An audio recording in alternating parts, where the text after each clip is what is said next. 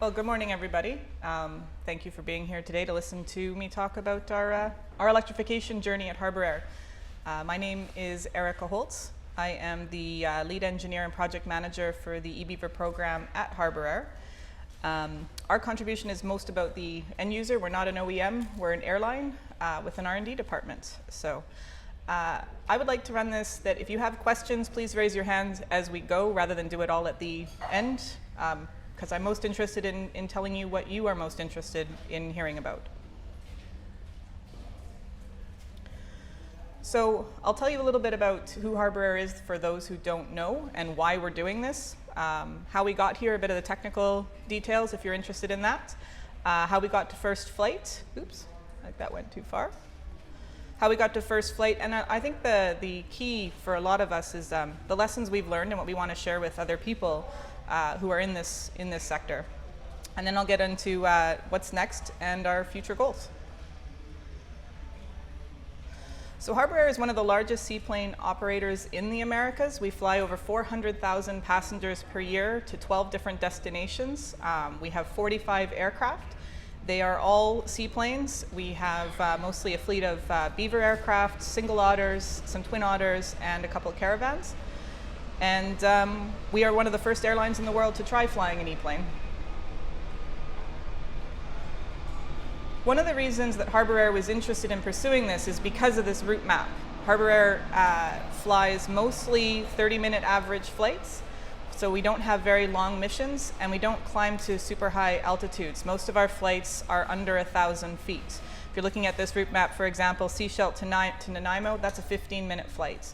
And it's usually done at about 500 feet max. So our energy requirement is actually really quite low. Also, because we have all of this infrastructure and we already have the aircraft, it's a lot easier to get to electrification by converting an existing aircraft that's proven rather than a clean sheet aircraft for this particular application. So when they talk about advanced air mobility, we like to say that, well, we've been doing that for 40 years. A little bit about our journey to date. So it was back in May of 2019, our founder, Greg McDougall, announced when he was inducted into the Canadian Aviation Hall of Fame that he was going to electrify his entire fleet. To be honest, I think everybody at that dinner laughed at him. In May of 2019, there was not a lot of adoption of the idea of electrification, which I think was probably a bit of a fire under the team. You know, when we were told we were going to electrify the aircraft, I'm not sure that we believed that it was capable, but having other people tell you that you can't do something is very motivating. So since 2019, this is a bit of a timeline, we'll get into more details, but in January, we met magniX. And they were an engine company looking for an airframer, and we were an airline looking for an electric engine. Nobody else was particularly interested. I know magniX had been looking at many other companies. They'd gone to Viking, they'd gone to Kenmore, they tried a variety of places. Nobody was ready to make that step. And our founder, obviously from May of that year, Greg McDougall, was very much looking for anybody who was willing to try and sell him an electric engine to put on his aircraft. From about March of 2019 till December 10th, that's the time frame we had to design, build the aircraft in order to fly it within the time frame dictated by the marketing teams. So we flew first on December 10th, 2019. Then of course there's the 2020 year, so not much happened during that year. October of 2021, we were able to announce we got some funding from the BC government to help keep the program going. And the following year, we completed our first point-to-point flight by flying from the YVR, the Richmond International Airport, to the Victoria International Airport. That's one of the things I think that Harbour Air brought to the table that's different from some of the work that's being done out there is we have the ability to test the aircraft in our operational environment. So then adding on to that, we tried doing multiple flights. So we flew from YVR to Salt Spring Island, and then from Salt Spring Island to Victoria. I'll talk more about the lessons learned there. And last year, we've applied for our design approval organization. I think in the States, you guys call that an ODA. So we're going for our DAO so that we can certify many of the components ourselves. Baseline aircraft. It's the Beaver. It's been around a long time. Many people looked at us and said, why are you converting such an old airframe? And a part of that is because it is an old airframe. It's a known aircraft. You can strap moose to the floats and the aircraft doesn't care. It really doesn't matter what you do to this thing. So we wanted to take an airframe that everybody trusted to behave exactly as predicted, and then only convert what we needed to convert to make it fully electric. So there's very little external to the aircraft that changed. This is a 5,600-pound single pilot, 6-passenger aircraft. We took the entire firewall forward off, stripped out all the belly tanks and anything to do with the engine instrumentation, and replaced it with the following. Well, sorry, first, the engine. So 450 horsepower Wasp Junior radial 985. It's a good engine. We didn't want to change how much power was going to be available for the aircraft because that could change some of the actual behaviors and characteristics. So we installed these components, which includes the Magni 500 motor, which we derated down to 338 kilowatts, sorry. And that equals 450 horsepower, so we would have the same amount of power available. There were some interesting things with this build, mostly because MagniX was very new to aerospace, and they really wanted to design, they're like, you know, we're going to compete with the PT6. So what's wrong with the PT6? Well, it's kind of heavy, so we're going to make this as absolutely light as possible. So it was very, very, very light, but it didn't drive any of the accessories off the engine, which made the aircraft integration actually really quite complex and heavy. We had 2 different oil systems in this thing with cooling pumps running off the low voltage system. So it was dictated that for the inverters in the motor, there would be liquid cooling, and they wanted it to be a dielectric oil. They were concerned about using standard oil, so we had a silicon oil system specifically for the motor and the inverters, but we have a standard Woodward governor that had to run off turbine oil. So we had 3 pumps in this thing with 2 different oil systems. So it was quite heavy and a little bit difficult for our poor AME over here to manage. But, and it's a very standard then system. You see at the bottom there, there's a standard ducted over heat exchanger. That's where the oil ran through to cool everything. What else we have on here? The cockpit cabin, I'd say that one of the things we really wanted to do is try to limit the changes in the cockpit for the pilot. Pilots don't like change. They really don't. So we wanted to make sure it was as easy for them as possible. So we had to replace some of the controls and interface. I'll show a little bit more about that in a minute. This is the electric engine we installed. I know we call it a motor. The regulators have dictated if you're going to actually try and certify an electric motor as an aircraft engine, you have to call it an engine to be able to Part 33 certify it. So it is an aircraft engine. It's an electric engine. This particular one, 336 kilowatts at 1900 RPM. That's important later for some of the noise characteristics. Question? Yeah. Could you define the difference between energy density and power density? And to keep your CG in line, did you have to split your battery packs? Could you repeat the question just so for the recording? All right, so the question is the difference between energy density and power density, is that correct? So energy density is how much energy you can actually pack into, say, your battery module, right, per kilogram, right? So it's always rated as your watt hours per kilogram. And that is definitely one of the areas that we struggle with. Nobody pretends right now that the energy density of lithium-ion batteries are high. It's an area that needs to be improved. One of the things for our application, though, is it really doesn't take very much for us to go from being a 2-seat aircraft to a 6-seat aircraft in terms of the energy density. For example, the aircraft we're working on right now, we have cells that have about 220 watt hours per kilogram energy density, and we're predicting we'll be able to put 2 to 3 passengers in. We raised that up to 350 watt hours per kilogram, which are some batteries that are on the market, coming into the market right now, and we are now a 5 to 6 seat aircraft. It doesn't take that much for it to get that much better, right? And you were talking about the C of G?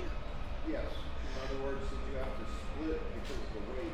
Yeah, so Battery packs in 2 different locations. So to keep your CG in line.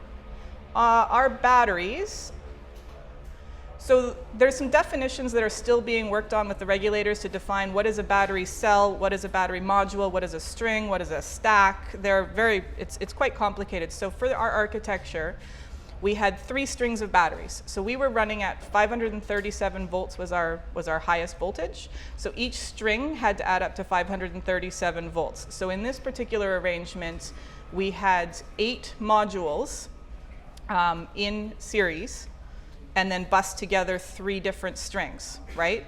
Then physically, they had to be stacked in a variety of ways to ensure we kept maintain the CFG, because that was very critical to us. To maintain the CFG, but also to not spread the weight out too much, because you will end up with moment of inertia issues, right, with the aircraft. Exactly. You don't want to distribute the weight. You don't want to carry all the weight out at your wings or in your tail or way too up front. We wanted to centralize the weight as much as possible. So for this arrangement, actually I'll talk a little bit more about what happened with the batteries, but the prediction in the beginning, we were actually going to have 9 modules per string. And we were going to have a couple modules on the firewall. We had modules in the fuel bay, and then we had a stack of modules in the cabin. The fit form of these batteries was actually quite awkward. If you looked into the fuel bay, we have this pretty large fuel bay, but we could only put 2 modules in there, and there was a whole bunch of empty space because you couldn't stack any more modules in there. So I think it was, originally, I think Greg McDougall's vision when we started it in February was the aircraft we were building was going to be the certification version of the aircraft. It didn't take us very long. I think we were a couple of months in. We're like, we cannot stack this thing in any kind of arrangement that's going to allow for passengers, even if we had the weight.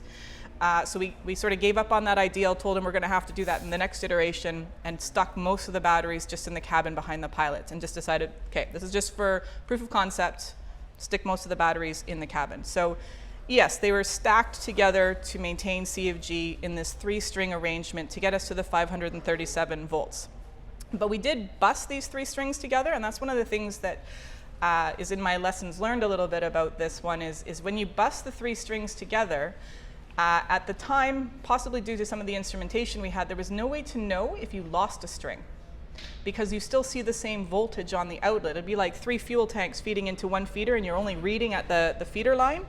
If one of your fuel tanks became blocked, you wouldn't necessarily know, because you still read half a tank of fuel. So we're still reading that we have fuel in the battery, but it's no longer flowing into the engine. And that was so. In our next iteration, we decided we would go away from a bus system to a single string per inverter. So we moved to a 4-string system where 1 string of batteries could feed 1 inverter. But of course, the complication with that one is you lose a battery string, now you lose power, right? So we're still playing with what the best idea is from a system safety analysis and from a use case, is which of those is better. The bus system is actually better for having a DC to DC converter to knock down power to the low voltage system. So there are some improvements there. Plus, if you lose a string, you don't lose any power. But there's the possibility of cascading failures then, right? A failure with one inverter could cascade to the other inverters because of the bus system. So the single lane seems better in that respect, but then of course if you don't have the reliability in your battery system, like in your battery management units, then your risk of loss of power becomes higher. So these are still things that we are struggling to identify which is the best architecture, which is why we have our experimental aircraft that we're flying to change these architectures. We try this architecture, see what we think about that one, have our system safety guy do some analysis, and then switch to a different system and see if it works better from a physically working perspective, and then also from the system safety analysis. Okay. So is this then a series parallel system going into the inverter? There's a whole mix in the battery, so within the modules there's series and parallel, and then you've got the strings in series with like the modules in series, and then the strings in parallel. So it's multiple. And then is your motor, or engine in this case by definition, is that AC or DC? It is an AC motor. Okay. So the inverters do convert from DC to AC. Okay, so you're losing about 20% or so in the conversion? Don't ask me too much about that part. Okay. I should have clarified, I'm a design approval representative, a delegated engineer in structures. My job was to install all these black magic boxes onto the aircraft and show that it worked at the aircraft level. Within the components, I am not that familiar or knowledgeable. So how the motor works, he could probably explain a little bit better, but it's not really. That's a MagniX question. We'll get them to join us next year. Thank you. You're welcome. Thank you for your question. So I think we went through a bunch of this, the battery modules, the strings, their battery management units. So I think one thing that's key on this slide, though, is understanding that every single cell in every single module is monitored and reported to the pilot for voltage and temperatures. I think that's really important from a system safety perspective to understand just how much data is actually being collected and reported by the system. So the battery management unit is very important. It's monitoring, communicating temperatures, currents, voltages. It manages delivery of the power. So it's both got the communications in it as well as the power distribution. So the battery management unit sends all the power to the engine, or to the inverter, sorry, portion of the engine. But it also does all the monitoring, reporting over CAN to the HMI display to make sure the pilot has all the information. There was also an intention, this is one of our interesting lessons learned. DC to DC converters are very noisy from an EMI perspective. Our first flight, the pilot could actually not communicate over the radio, we discovered after first flight. And that was because the DC to DC converter in the BMU actually wiped out the radios. We did do an EMI test with MagniX. I'm not quite sure how we missed this particular item. I think we didn't have any of the radios maybe far enough away. We weren't testing it. We didn't test it quite deep enough. So we ended up having to disconnect the DC to DC converter and add 2 more batteries of these shipset batteries into the aircraft architecture to ensure that we had enough capacity in the low voltage system to run our flights. Circling back to those cooling pumps, not only were they noisy and you know, took up a lot of space, they also are like, what is it, 27 amp? 25 amp. So their draw on the low voltage system was huge. We ended up installing 4 of the, was it EarthX or True Blue? The EarthX? Yeah, the EarthX batteries. We had to install 4 of them on the aircraft because we didn't have the DC to DC converter anymore, so we weren't feeding low voltage, like charging the batteries during flights. So we had to have 4 of them just to have a 45-minute capacity in the system to ensure we had some reserve. So that was an interesting lesson learned. So we don't currently have a DC to DC converter installed in our flying machine. We've installed all the new strings, now the non-bust system. We now have to figure out how to bust that power back together to feed the DC to DC converter. But that's what we're going to test on the aircraft next. Our team back home is working on that right now, trying to figure out what the electric circuit is going to look like in order to install, I think we're using a crane DC to DC converter to try and then take some of these batteries and get some weight back, because our new iteration might allow for an actual flight test engineer. So I might actually get to fly in our aircraft for the first time if they can figure out how to put this DC to DC converter in. One important fact, also the lockout tagout switches, so these were installed for maintenance safety, right? So that you can cut the voltage in half. I referred to the fact that we wanted the cockpit layout to remain as similar as possible to not disrupt pilots. So for anybody familiar with the Beaver, this is relatively similar. You see the standard 6-pack, although we do have a Garmin G5 in there. There are more switches, of course, in order to turn on the system. It's a little bit more complicated, but the feedback to the pilot is relatively similar. The display up in the middle, that's the engine instrumentation. We do have an extra display over to the right. That's more for experimental R&D purposes. But the intention was to leave this as similar as possible so that the pilot change from a piston Beaver to an electric Beaver is not a significant amount of training. And if you talk to our pilots, we have one of them here this week, they pretty much say it flies like a Beaver. There's nothing that exciting. Everybody comes up, hey, tell me about flying the electric Beaver. They're like, it flies like a Beaver. There's nothing really interesting to report other than it's a little bit of a faster Beaver.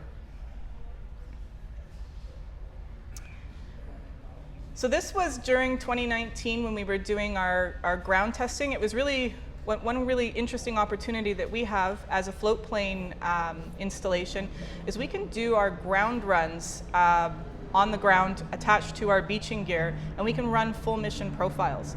So we were actually able to simulate all the different missions that we wanted to fly with this aircraft on the ground without having to invest in an expensive simulator. That's just another picture of the same thing.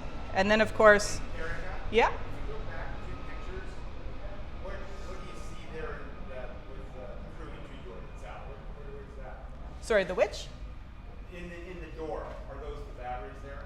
Oh, up. Oh, you can't see my mouse. Yeah, battery module. You're talking about in the cabin there? Yeah, So that's that shows the batteries. Yes, inside the aircraft of iteration 1. There's people asking about that. Yes. So I don't think I mentioned. I forgot to mention this. So this was one of our other complications when we were building this thing. Is we had estimates of all the weights.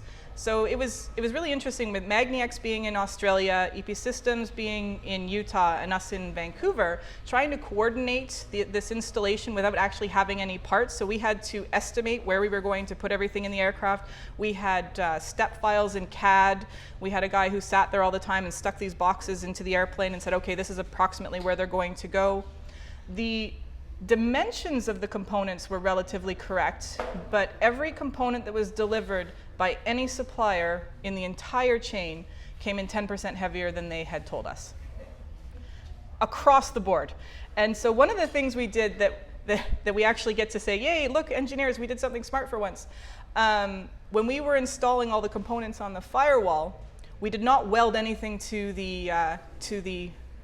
engine mount. We had the engine mount built, and then we used clamps. So all of the structure, when it arrived, our AME could adjust the location in the engine mount to adjust the weight and balance to ensure we stayed within the CG envelope, which became actually very important because we ended up having to use that ability because everything came in 10% heavier. The one fit that also didn't work out properly, which we also had an adapter plate for, was when the MagniX motor, I don't think it had arrived yet. This was still in the design phase, but we had already sent our engine mount out for fabrication. When we got a red flag, we woke up in the morning with a note from Australia that said that the step file they'd sent us was, I think, 30 millimeters out in terms of the diameter between the attach points for the engine. And they were highly concerned we were going to have to remake our engine mounts. But we had, again, one area we've accounted for something that we knew would possibly be a problem because we didn't have any components in hand. We had a welded piece onto the engine mount, but then we had an adapter plate and we didn't pre-drill the holes. So we were able to drill the holes on assembly and accommodate the fact that this had an incorrect dimension in it.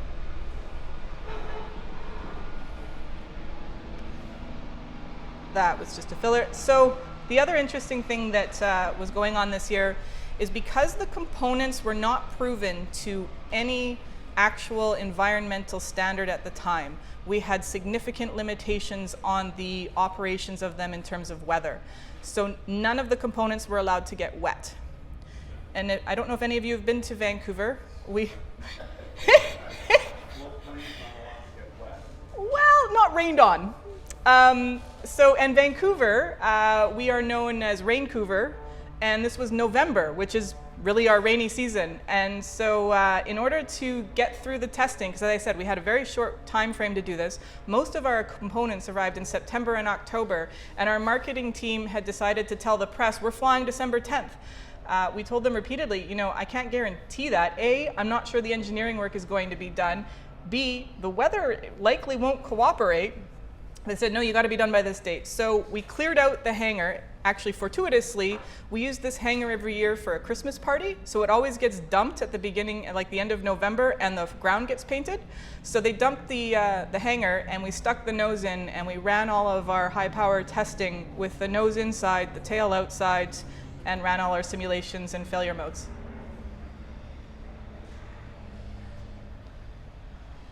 And there's our finished build. How am I doing on time? Not too bad. So first flight considerations.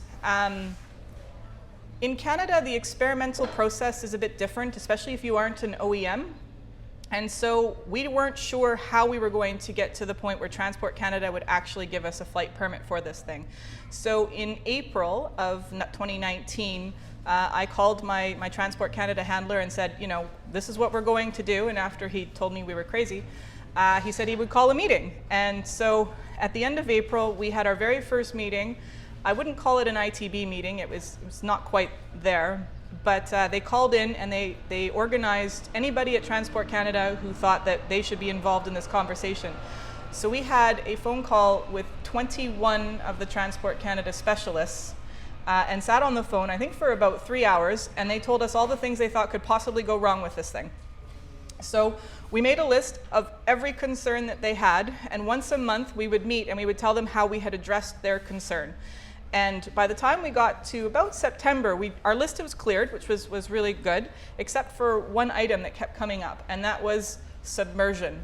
Transport Canada was incredibly concerned about what happens if you ditch this aircraft in the water, right? And although we know we talked to various experts, if you take a battery module and you put it in water, they're like, well, we do that all the time to ensure we don't trigger thermal runaway. It's how you cool it down. I'm like, okay, well, what happens if it enters in? Well, it'll likely short circuit. Okay, well, what happens outside the module then? I don't know. That was the primary response across the board. Nobody really knew what would happen if you took an energized system from all the way from the engine back to the batteries. If it was running and the energy was flowing and you submerged this thing fully in the water, what would happen? Nobody had a good answer for that one. And I tried pitching the idea to my CEO of testing it. He was not very interested in submerging a $1.5 million asset just to see what would happen.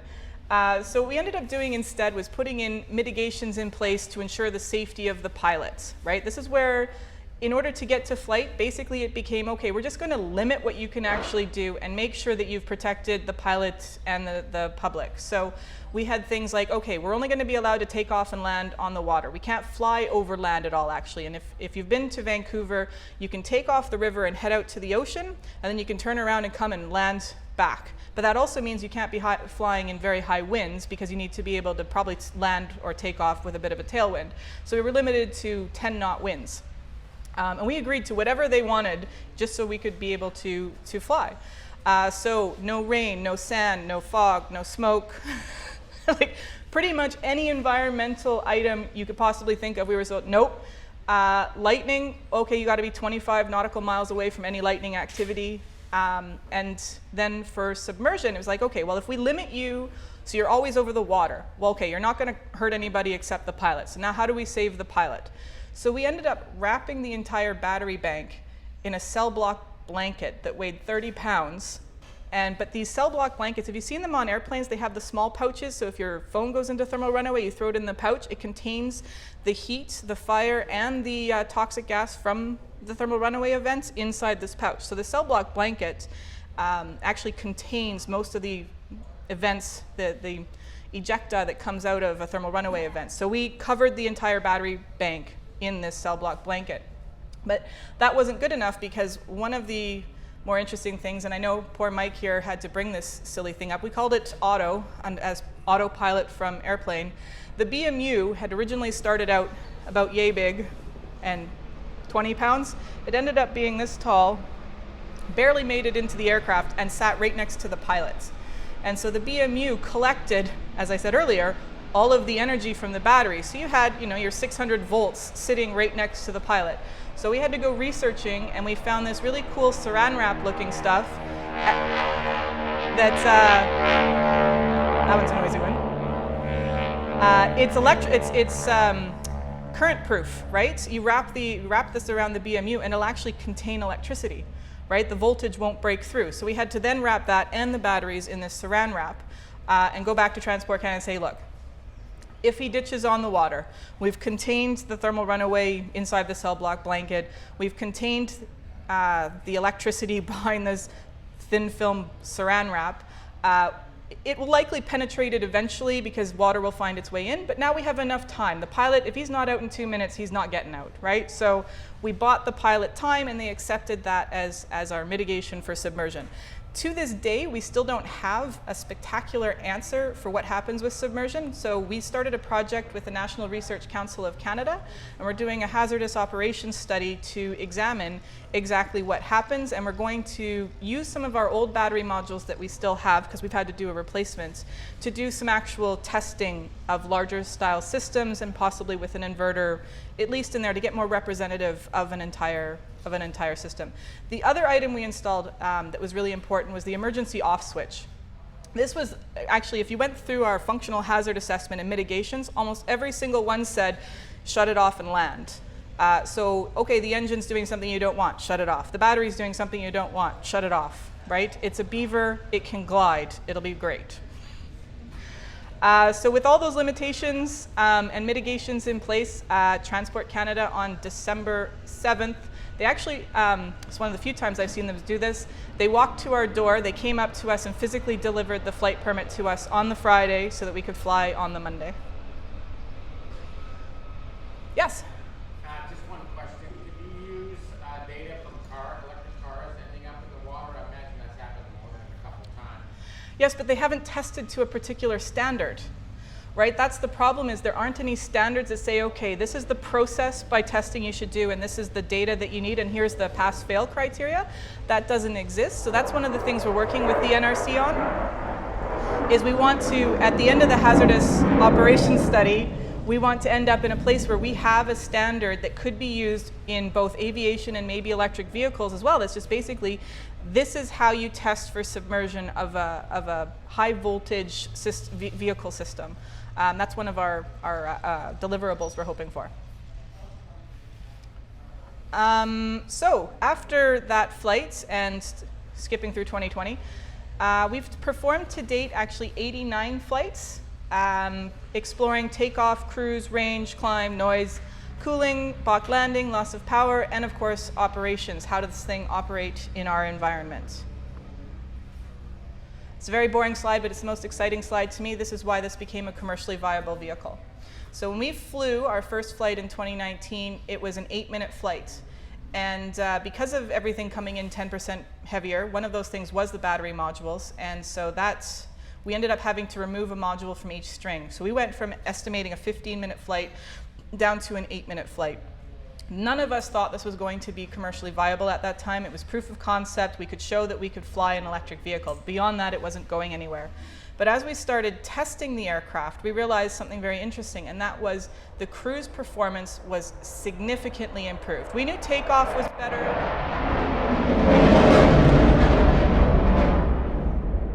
That was cool.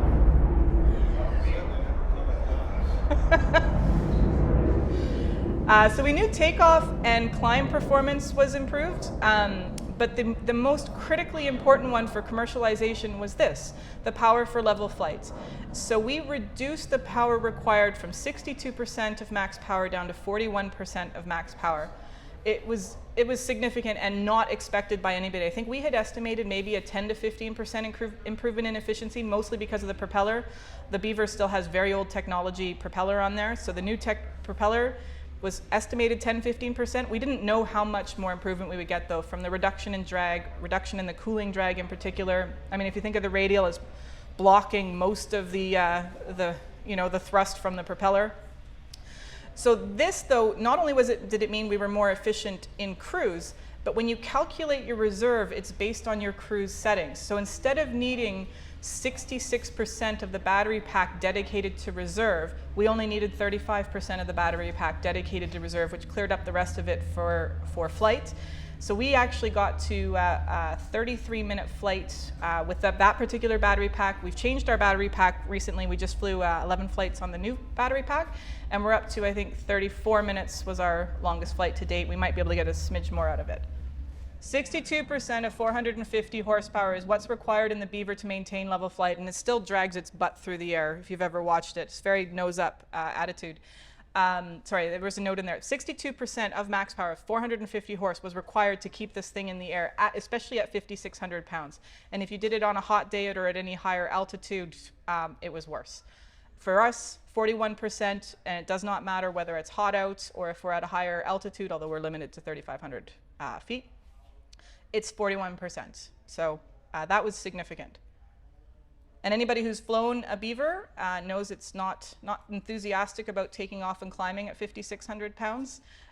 We did some on-the-ground testing, company testing. It was not calibrated tools. We were able to determine we're close to 300 pounds more thrust with this aircraft. So even though we have the same horsepower, the 450 horse, because we derated the engine, due to the efficiency in the system and the improved propeller and drag resistance, we're getting about 300 pounds more thrust out of it. So the climb performance is actually vastly improved for the Beaver. And the third most thing that was critical, especially for those of us in an urban environment, is the noise reduction. So the OEM Beaver with the R985, it spins at about 2,300 RPM for takeoff. We reduced that down to 1,900 RPM, so we're spinning slower. We also changed from a 3-blade prop to a 4-blade prop, so the blades were actually a bit shorter, so the tip speed significantly reduced. And so again, this was not validation testing, but it was company testing. Across the board, we reduced noise by about 20%. Or sorry, 20 decibels. This was one of the most interesting things, though, was the operational point-to-point flights, actually seeing how this thing would behave if we took it from one of our bases to another. Did I skip ahead? Testing under our actual operating conditions, like taking it down to our dock, dispatching it from the dock, teaching the dock hands how it's different, flying it to another location, and then charging it. I think I just put some eye candy in here so I could talk over it. One of the interesting things, of course, was charging. I think I'll get into that in the lessons learned. I just wanted to show this. Can I make this go? Mostly we show this so people know that we aren't just computer CGI. This is a real flight. And it's got Mount Baker in the background, so most people can recognize the skyline. Every time we flew the aircraft from one point to another, we had to chase it with our company 180. A, that was so we had the mechanics with us, but B, we were carrying our charging equipment as well, because none of the locations that we fly to had appropriate charging.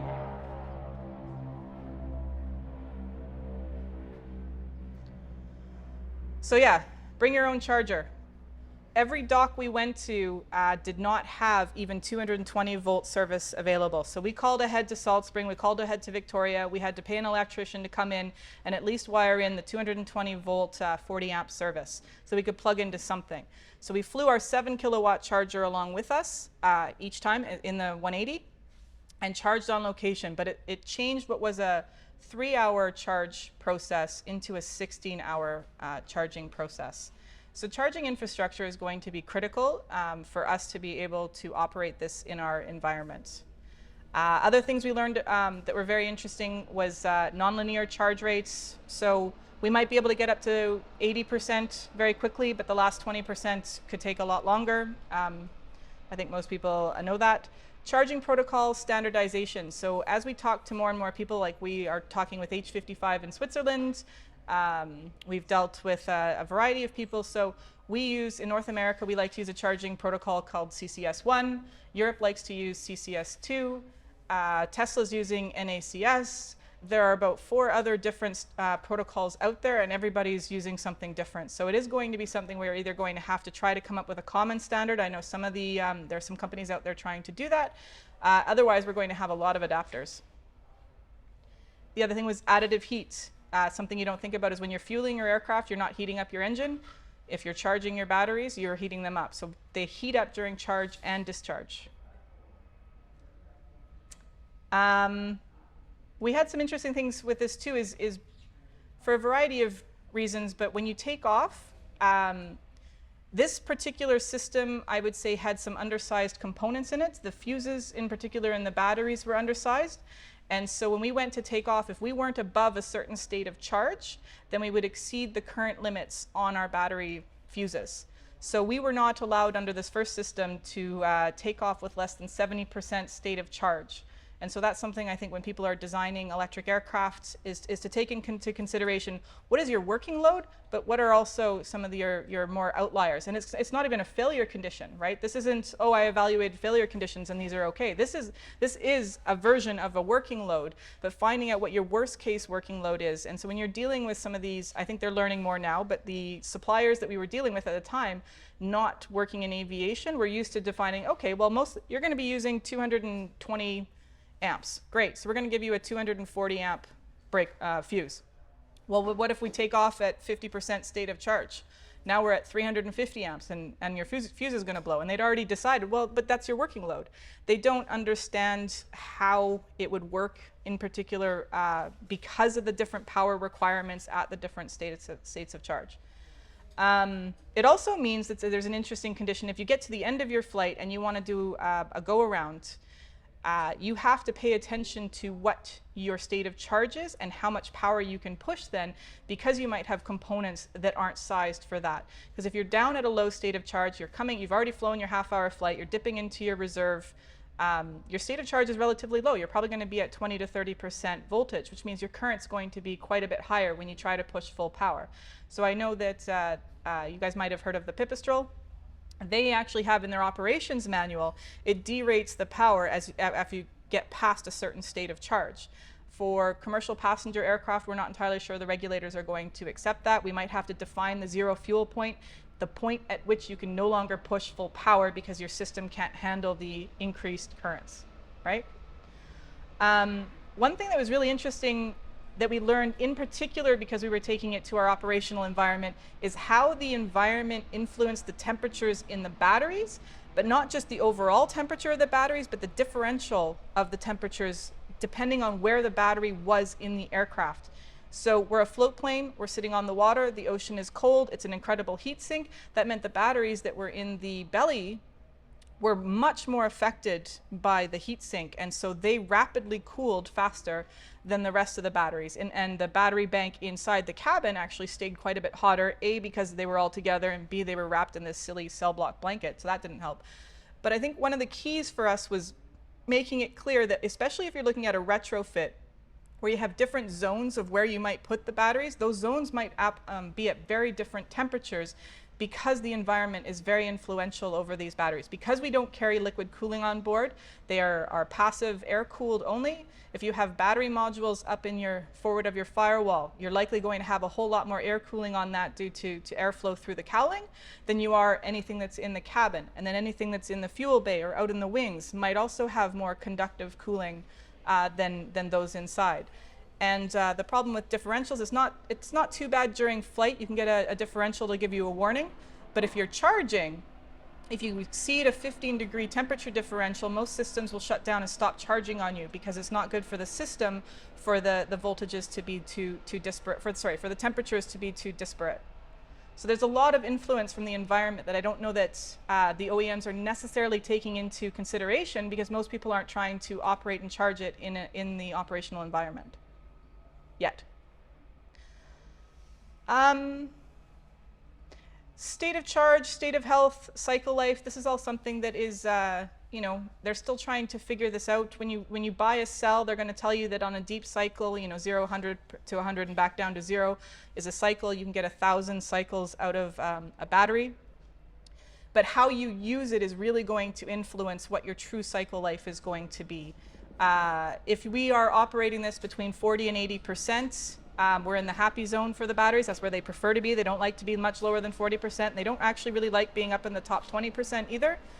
How fast you charge it, what temperature you're charging it at, all these things are very much going to influence the life. So it's the operator who's really going to dictate the cycles of that by how they use it. So we know for Harbour Air, because we're likely to use this thing in particular in the beginning as a tour machine, we'll stay between the 40 and 80% likely, because we'll do very short 15, 20-minute tours. But they're going to want to fast charge this thing, like rapidly charge it every single time. And we have to be cognizant that that can decrease the cycle life. So one of the things we're working on is a ground conditioning system, because the temperature that you charge it at is going to influence the cycle life. So our intention is you bring the aircraft into the dock, plug in the charger, but also plug in a ground conditioning system that'll flood the batteries with a liquid medium and sense the temperature of all the battery cells in the entire system and moderate the temperatures to ensure we are at the optimum temperature of the batteries.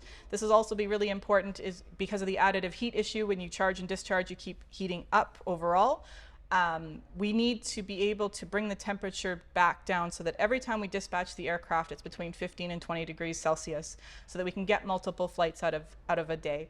So we're designing this year right now is the ground conditioning system, because it's going to be a bit of a challenge to figure out how do you flood the system, control the temperature in all the different zones to bring them all down, bring them all to the same temperature and the temperature that you want it to be, and then evacuate the system in the same time frame as charging it.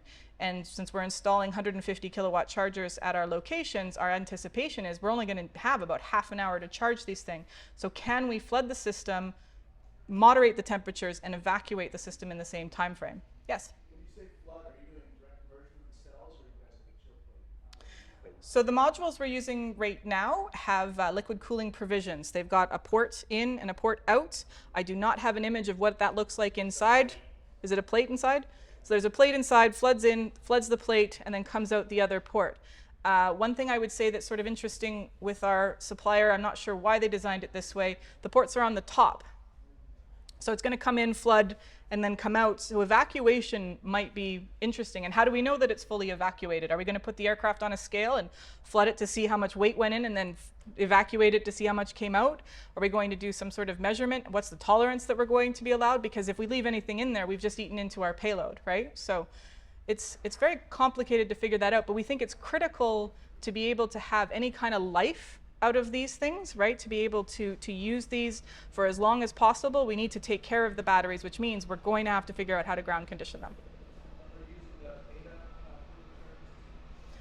We've talked to Beta about buying their cube system. We're not using it right now.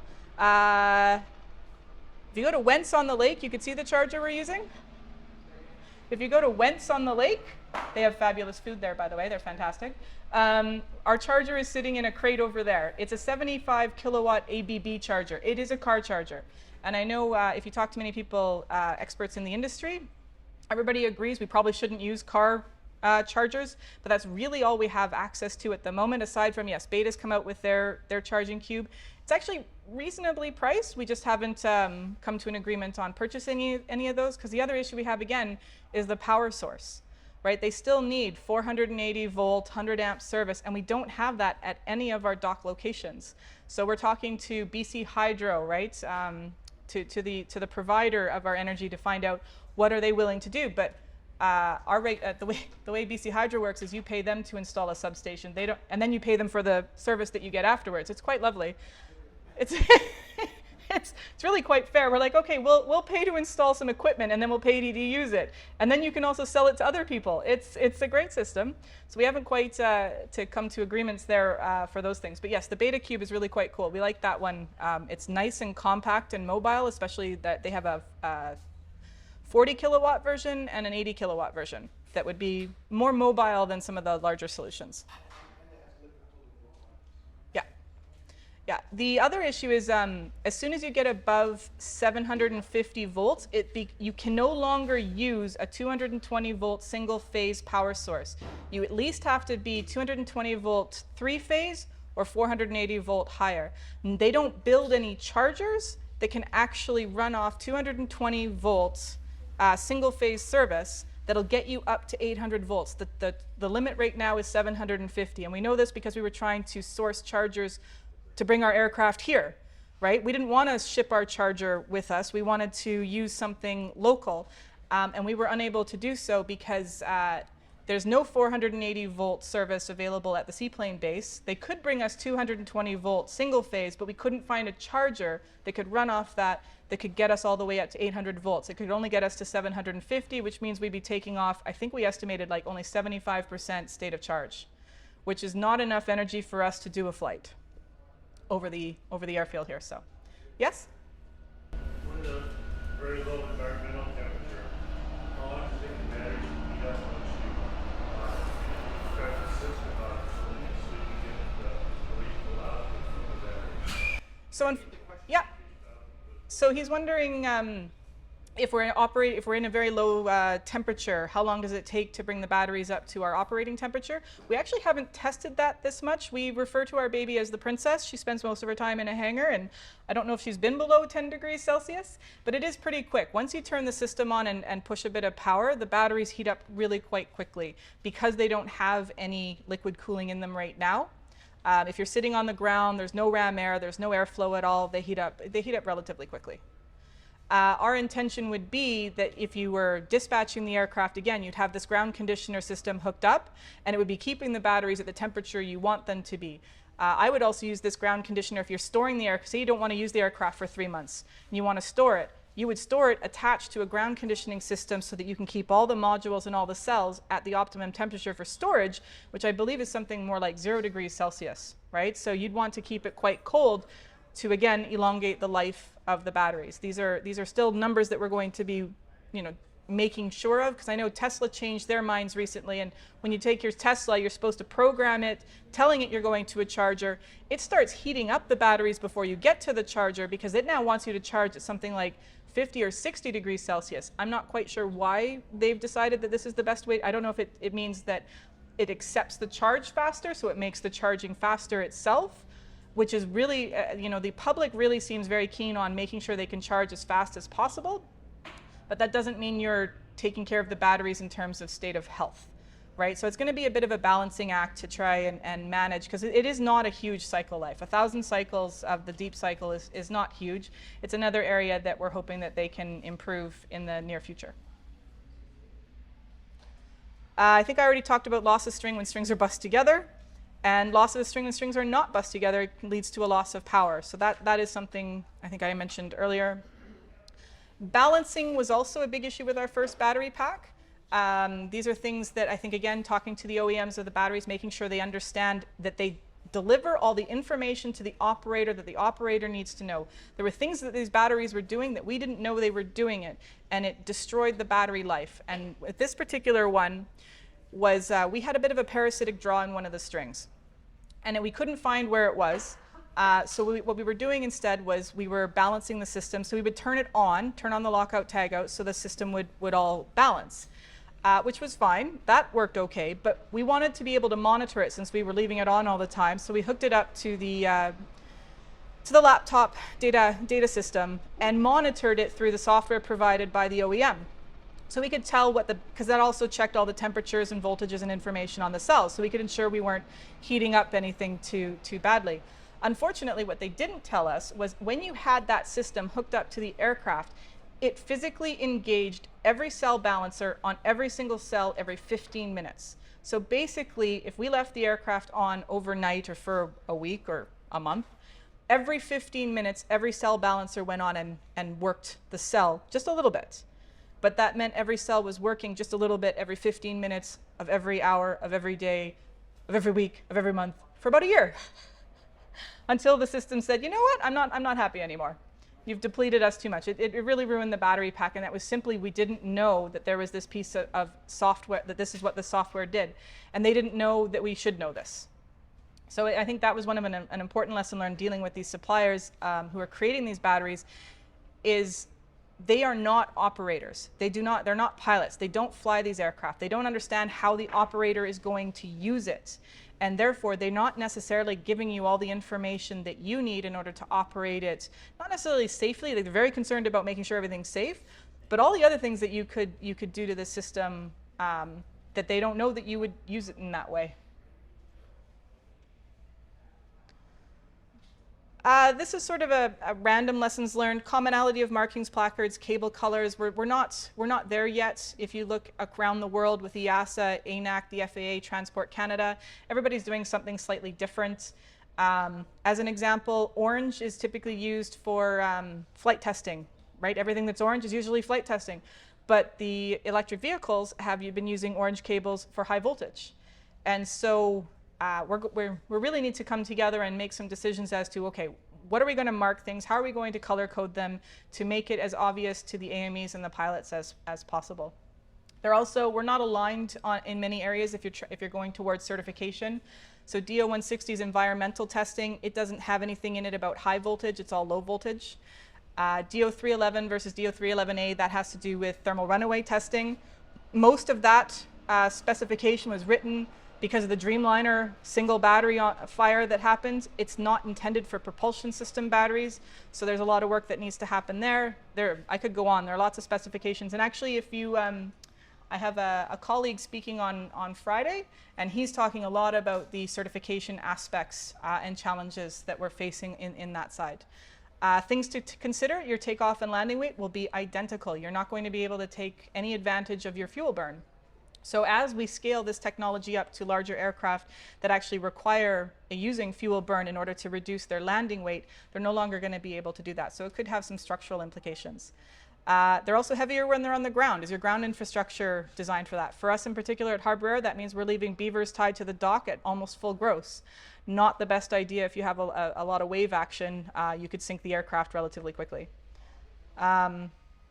Emergency response. So again, coming back to some of that markings and placards, there are some interesting things out there like automobile rescue charts out of ISO 17840. This is something where you can have a quick reference card that fire departments have, and it's basically a layout of a car. I don't think they have very many of them for aircraft, but if there's a fire and fire department is being dispatched, they have these quick reference cards. They could flip to it and say, okay, this is the electric Beaver. Here are where the high voltage lines are. Here's where they have the batteries. Here's a port for flooding the system if we have to try and cool it to reduce the chances of thermal runaway. Here's some information about how to extract the pilot. We're not using that in aviation, and so it's something that we've brought up a few times to say, you know, I think we need to improve this side for safety, for the fire departments and emergency personnel, to ensure that A, they can rescue anybody inside the aircraft, and B, they don't hurt themselves doing so.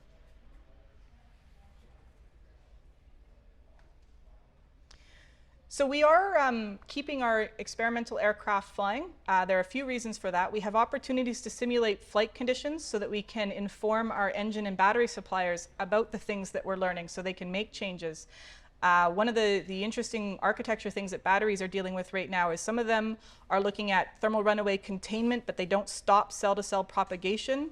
But what that means at the aircraft level is now I have an incredibly hefty venting system because they're not stopping thermal runaway. So you could have a module with 1,000 cells in it, and every single cell is going to light off, and they cascade in an order. So that could take, depending on the size of the module, 10 minutes, 20 minutes to cycle through all those cells.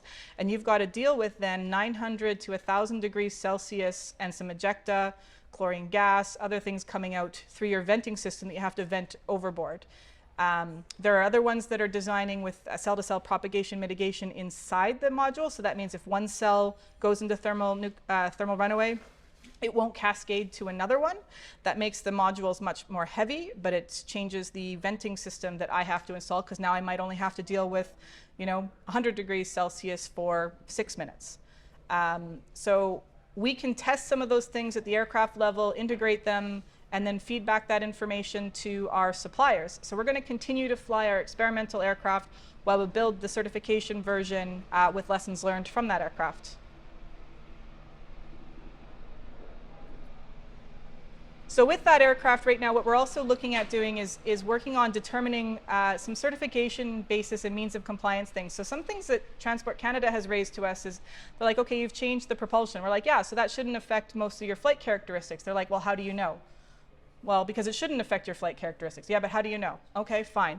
So we're going to take the aircraft and actually fly to the edges of the envelope with our flight test pilot so that we can do that with the baseline aircraft. So he'll go up in a 5,600-pound piston Beaver, fly to the edges of the envelope, provide his subjective analysis of the flight characteristics, and then he'll repeat that testing in our development vehicle and tell us whether there's a material difference in any of the flight characteristics, so we can feed that back to Transport Canada and say it's negligible. We didn't change lateral stability, right? We didn't change any of these particular items. We changed performance, and we're happy to do performance testing.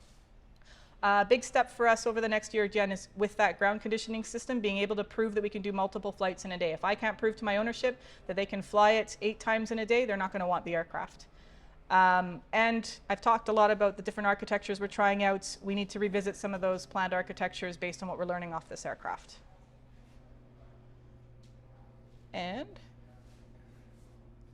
So our expected performance of the aircraft, we anticipate a 60-minute mission that includes the reserve. So we're hoping people will negotiate with their regulators to define what their reserve for their operation should be, and that'll tell you then how much time you have for your actual mission.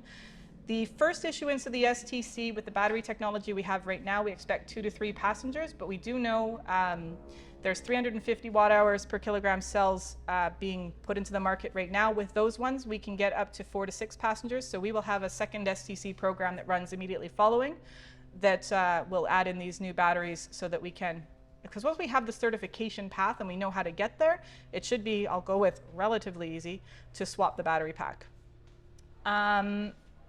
As I said, design requirements for little changes as possible.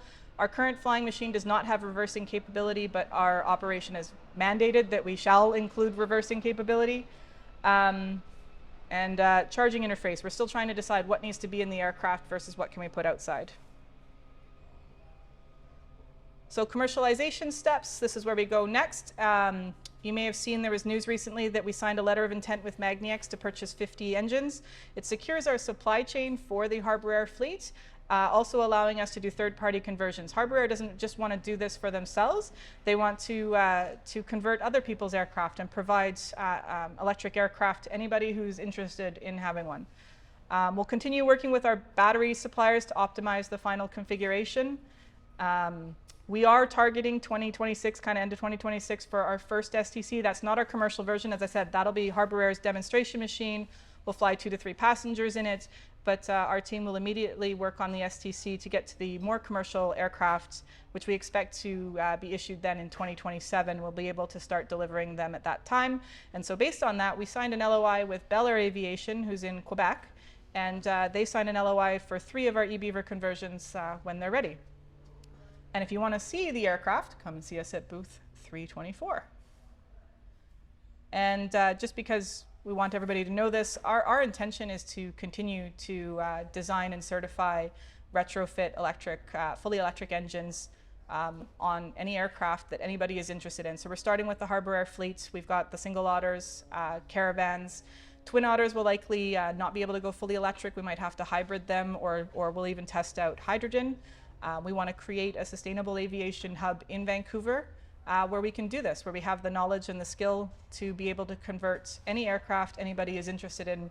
As I think we say, we want to decarbonize the general aviation one aircraft type at a time.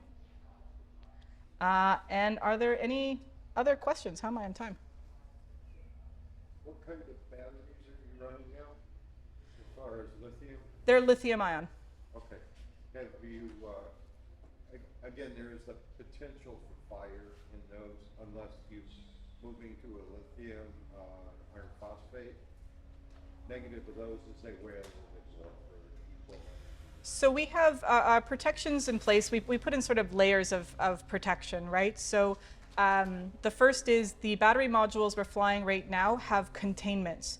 So these modules have been tested to a full cascading failure of all the cells inside, and it's contained all the heat, all the pressure, all the fire and gas, and sent it out of a venting tube that's in the top. And that's where it became our responsibility. We've got a stainless steel venting system that comes off that and vents it overboard the aircraft. So that's the first layer, 2 layers. What we also do though is thermal runaway due to heat doesn't typically happen until you're above 100 degrees Celsius. So we have a return to base warning at 60 degrees Celsius. If the system gets up to 60 degrees Celsius, the pilot returns to base immediately. That gives them a significant amount of time to get back to base before you get up anywhere near a thermal runaway event due to heat. We also only dispatch the aircraft with the batteries up to a certain ambient temperature. Right now we have an ambient temperature limit. We should probably adjust that to be more about it's the dispatch temperature of the batteries that matter. Out of all the testing we've done recently, we have found that the ambient temperature really only influences the starting temperature of the battery pack. It doesn't have any influence over the rate of rise of temperature in the batteries. So what's influencing that is how much power we're pushing. So I think we determined recently if the pilot's pushing takeoff power, the batteries will rise at about 2 degrees Celsius per minute. If he's in not our endurance, but our range cruise settings, it rises at about 0.5 degrees Celsius per minute, and at endurance settings, it's flat, right? So part of that is making sure your pilot understands how he's influencing the temperature in the batteries by how he is operating the aircraft. So he's given all that information before flight. We dispatch it at a lower temperature so that even if he flew it at, full takeoff power for a length of time, it would still take him, 15 minutes to get to up to the 60 degrees and have to return to base. Yes? Erika, can you just, for the benefit of the video, just differentiate between the two aircraft that you brought here, their configuration, engines, battery packs, just so that people understand what the difference is Right. between the two aircraft? Okay, so for this event, because we were really excited to be invited to Oshkosh, we brought a static display. That's what's showing at booth 324. That's intended to show people what our certification aircraft will look like. So if you wanted to fly in one of these aircraft when they're ready in 2027, or if you wanted to buy one yourself, this is what it would look like. So it's got the pilot seat, co-pilot seat, and the bench seat in it. It has a bulkhead behind that. So if you're familiar with the Beaver, there's a sling seat behind the bench seat. We've taken the sling seat out and we've bulkheaded that off because that's where probably a large stack of the batteries is going to go, is where the sling seat was. So that has a Magni 650 engine on it. And then batteries will be forward of the firewall, in the belly in the fuel bay, and then behind that bulkhead. So you can see what the aircraft will look like when we get it to certification. If you go to the EAA Seaplane base, you'll be able to see our current flying aircraft. So that's our experimental one. It has the Magni 500 engine in it, which is their old version. It's got EP Systems Epic 1 batteries, lithium-ion batteries in it, and they're all sitting basically in the cabin. That one has a pilot seat in it. It doesn't have the co-pilot seat, but since we were able to do away with auto, there's room now for us to put a co-pilot seat in there, and it's one of our plans when we get back home to Vancouver. We're going to be petitioning Transport Canada to allow us to carry a flight test engineer on board. So those are the different aircraft. Yes? So you talked a little bit about the conservatism and largely due to the experience with the technology, particularly from the as you've gotten more experience with that, are you thinking that the back off some of that from We're already seeing some of that. In 2019, I mean, they were honestly terrified to sign this flight permit, right? They had no knowledge of how this would work. We also aren't an OEM, so they don't know if our processes were good or we're just some cowboy outfit that's, making stuff up. Since we've performed 89 flights to date, it's definitely become a lot easier with the regulator, with Transport Canada. They trust that our systems are there, that we're doing our due diligence. And so when we, for example, we just changed out the batteries this past year. We finished that in May. We applied to Transport Canada for a new flight permit because we had this new configuration of the aircraft. He turned it around in 3 days. He read through the basic information to make sure that we had our risk mitigations in place, that we had our flight test regimen in place. And he's like, no, we trust what you guys are doing. You're good to go. Here's your 120-day flight permit. And the next step will be negotiating with him to say, okay, we want to remove some of our restrictions, right? We probably still can't remove some of the environmental restrictions, but we'll be able to remove things like our speed limitation. We have a flight envelope limitation right now as well. We're not allowed to go to the edges of the envelope, but we've hired a delegated flight test pilot. And so they're definitely much more lenient and okay, yeah, you need to explore that in the baseline and versus that one to inform your certification. You're using a test pilot, you're using processes that we've become to trust, and therefore, yes, we will give you these accommodations, these changes to the flight permit. They're much more willing to do that now that we've got 4 years and 89 flights completed. We're getting there. They're becoming more familiar with it, so yeah.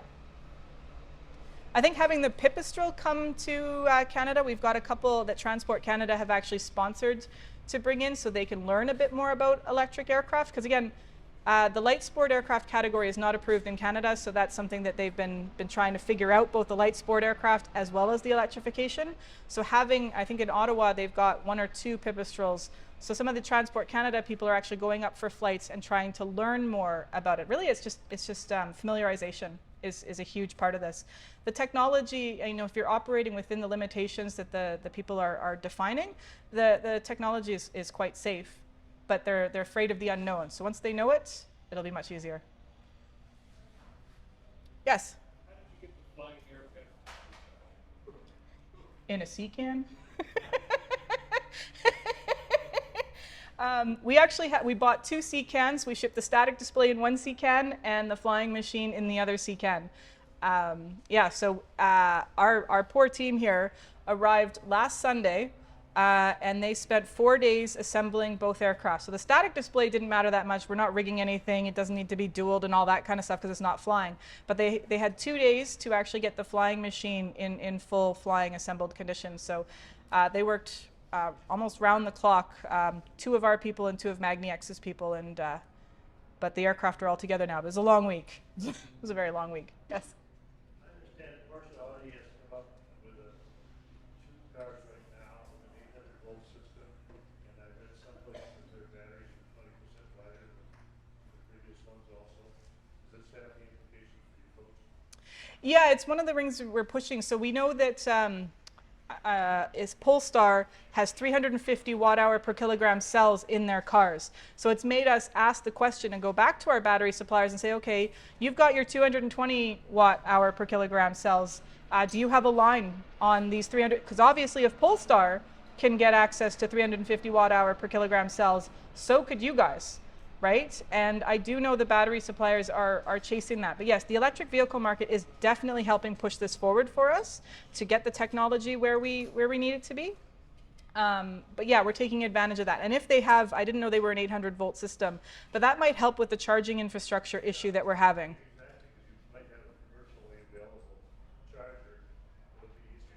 Exactly. We looked around when we were having our charging woes. You do have a couple of charging stations that aren't too far away from the Seaplane base, but they don't go to the voltage that we need, so we couldn't use them. Even if we could crane the aircraft over to those charging locations, they wouldn't get up the voltages we need. So if the car market starts moving to the higher voltage system, it'll help change the charging infrastructure which would support us. We have a lot of conversations, like in particular I know where we are, talking with the marine environments, because we're located next to the sea, BC ferries, and we have some tugboats, the high sea. They're all looking at electrification, which means we're going to need a ton of shore power for both the marine and the aviation side. And I think, again, it comes back to that commonality, is talking to them and say, okay, what voltage are you guys using, right? What are the systems that you guys are using so that we can ensure we're all able to support the development of the charging infrastructure and make sure that it's useful for all of us. Thank you. Any other questions? Yeah. Is there any issues that you ran into in the marine environment, particularly from a corrosion perspective on new components? There's going to be, and that's one of the reasons why the aircraft sits in the hangar when it's not flying, is because none of the components have been tested for salt spray or for longevity, for corrosion. We have right now it's something dumb. It's like a 10-hour inspection on the motor. We have to inspect it every 10 hours to ensure that the coatings are all intact. We have we don't have very long intervals on any of our inspections right now. We have a post-flight inspection. After every single flight, there's a series of inspections we have to do. We have 10-hour inspections and we have 20-hour inspections because they don't have enough data yet on how the engines and the batteries are going to wear. Right? So this is definitely something we're trying to gather that data for the suppliers so they can start making some of those determinations. Do they need to change any of their coatings? Do they need to change any of their materials? How are they going to hold up? It's a concern we live with daily. Yeah. What would be the baseline for seaplane operations in terms of washing the aircraft, washing the engine, that kind of thing that you use as a reference point? What do you have to do for your piston aircraft? Right, so the question has to do with cleanliness and daily bathing of the aircraft, things like that. The theory is we should make no change. They should do exactly to the electric aircraft what they do to the piston aircraft in terms of rinsing at the end of each day to remove salt, etc. All of the components should be designed and certified to withstand any water ingress, right? So because it's going to be operating in that same environment, landing and taking off on the ocean and flying in Vancouver in particular in rain, they're going to have to be able to resist that. So we're changing as little as possible. So the expectation is this should be operated and maintained almost exactly as the original, except that when it comes to actually maintaining the components, the line replaceable units will have a much longer interval eventually. Any other questions? Fantastic. Well, thank you for coming, everybody. I appreciate it.